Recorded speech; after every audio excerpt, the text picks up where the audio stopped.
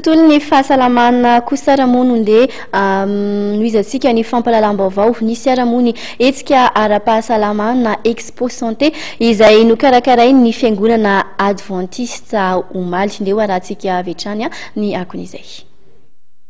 Fototry ny fiarahamonina mirindra sy mandroso ny fahasalamana. Isan'ny voatra zany nandritra ny etsika ara-pahasalamana antsoina hoe Expo Santé izay nokarakarainy fiangonana Adventiste tamanaja ny andro fahafito Omaly tetsy anoloan'ny tranombokim-pirenena etsy Ampefilo.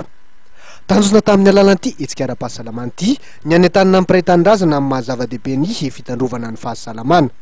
Expo Santé no anetsonay anazy izany hoe resaka fampahafantarana ny olona ny tokony ho fahasalamana tokony ho ananany amin'ny lafiny rehetra. Izy zany fijerevana lanja ny lavany, fijerevana fitiliana momba ny nono, fitiliana maso, fitiliana nify ihany koa.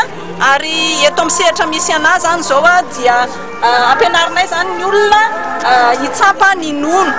Ny cancerna nono tsinona raha mbola stady aloha izy dia azotranina tsara, tsy tahaka ny cancer rehetra. Trano efa maro natsangana nandritra etsika ity sy nitazomy ireo sampana ara-pahasalamana maro samihafa ao anivon'ny fiangonana Adventiste tamin'ny tandrona ny andro fahafito. Teo ny resaka fitsaboana maso, ny omamiada ny nono, ny nify, ny aretina amin'ny akabeny. Nanamarika amin'ny fotoana ihany koa ny fizahana marary maimaimpona sy ny fanomezana torohevitra mahasoa. Izay ihany koa no anakatonana ny vaovao amin'izao alina izao aza dinoana hatrany mbola hoarainao eto amin'ny fahitalavitra Ma TV hoarina kely n'izao fampahalalam-baovao izao ny fandarana manokana mahery miompana hatrany ao anatin'izay mondial 2014 izay ny tena kosa dia mametraka velomandra-pitafa ho manaraka indray.